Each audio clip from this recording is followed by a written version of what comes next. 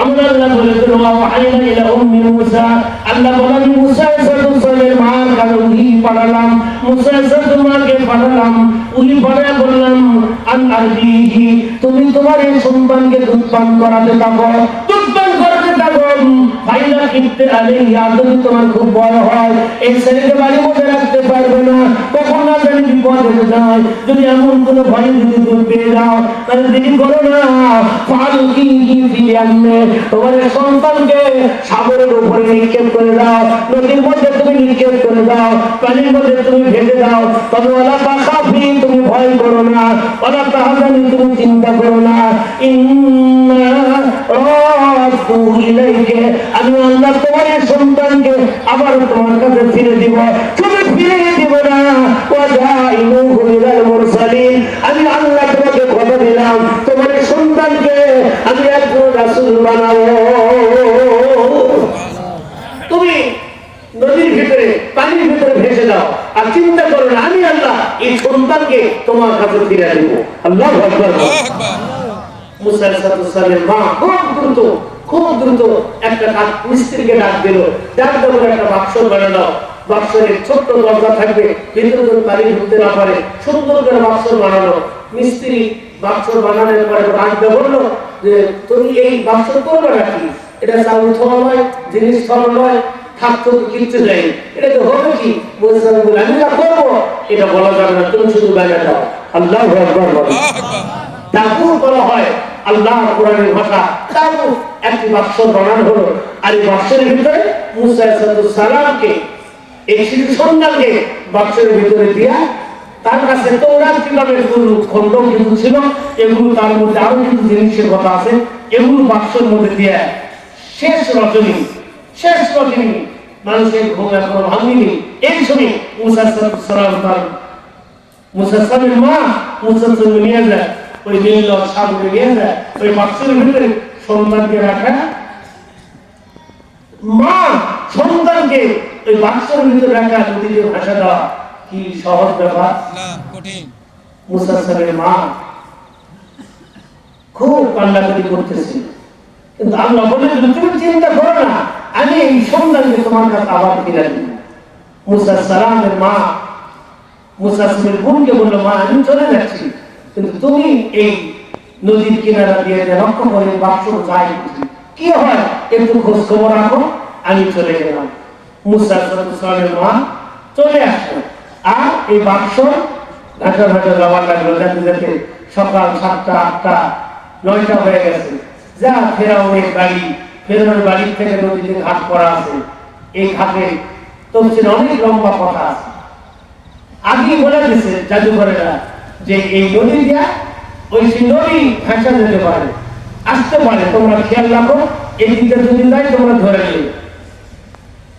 ফেরাউন বাহিনীরা লোক পাহারা রাখতেছে যে কখন এই দিকে যায়, সন্তান ভাসা যেতে যায়, তোমরা দেখবে।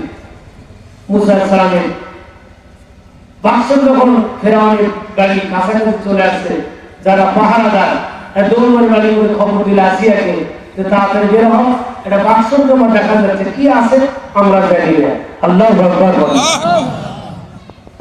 আসিয়া নেমে আসলো, ফেরাউনও আসলো, আসার পরে এই বাক্স আস্তে আস্তে আস্তে আস্তে তাবুত যখন কাছাকাছি চলে আসলো, বাক্স খুললো, খোলার পরে দেখি ফুটফুটে চাঁদের নাই চেহারাওয়ালা একটা সন্তান এই বাক্সের ভিতরে, জোরে বলেন আল্লাহু আকবার। আসিয়া এই সন্তানকে তুলে নিল, فالتقطه آل فرعون ليكون لهم عدوا وحزنا إن فرعون وهامان وجنودهما كانوا خاطئين। আমার আল্লাহ বলে দিল ফালতাকাতাহু আলু ফিরাউন, ফিরাউনের বংশধর, ফিরাউনের পরিবারের এই সন্তানকে করে নিল, ইয়াকুনা লাহু আদুওয়া ওয়া হাজানা, যাতে করে এই সন্তান তাদের জন্য শত্রু হয়ে যায়, এই সন্তান তাদের জন্য চিন্তার কারণ হয়ে যায়। ইন্না ফিরাউনা ওয়া হামানা, ফিরাউন এবং তার বাহিনী, তার মন্ত্রী হলো হামান। ফিরাউনের মন্ত্রীকে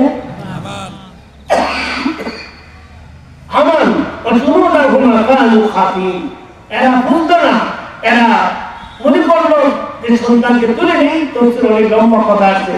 সন্তান দেখায় ফেরাউন আসিয়ার কোনো খবরদার, তাড়াতাড়ি ছুরি আসো, এটি জমা করে দেয়। আমার সন্দেহ হচ্ছে এটা কেমন ভয়কে বাসন তুলে দিছে, ই আমাদের বাড়ি থেকে ই আমাদের বিপদ ঘটাবে, আমার রাষ্ট্র ই খাবে। আসিয়া ভাই মাসুম বাচ্চা, ছোট্ট বাচ্চা, তুমি কি চিন্তা করো, আমরা নিয়ে যাই, দেখা যাক কি হয়। আল্লাহ বললো এই দায়ী বুঝেনি এই সন্তান কি করবে।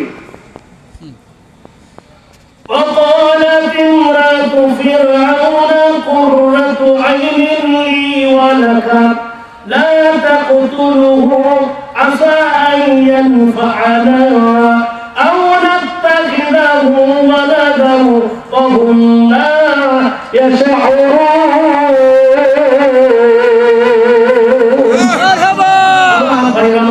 আমরা আল্লাহ পাকের কোরআন এবারে সন্তানকে যখন নিয়ে যায়, ফেরাউন পাইবা আবার উদ্যম হয়ে যেত, তলোয়ার নিয়ে আসো, একে বাঁচানো যাবে না, আমাদের জন্য বিপদ ঘটাবে। ফেরাউনের স্ত্রী আসিয়া বাইরে সাধারণ কোনো মহিলা ছিল না, আমাদের জন্য বিপরীত দুনিয়ার মানুষেরা শুনে রাখো। আর ওরা পৃথিবীর মাঝে চারজন মহিলা হলো সেরা মহিলা, ওরা পৃথিবীর মাঝে শ্রেষ্ঠ মহিলা হলো চারজন।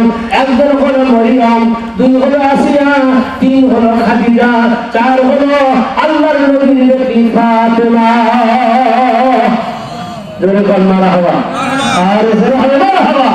চারটা মহিলার নাম বলে রাখলাম, মাইরামা, চার মহিলা, যে করে একজনের জীবনী আপনি ফলো করবেন, আপনি জান্নাতের রাস্তা পেয়ে যাবেন।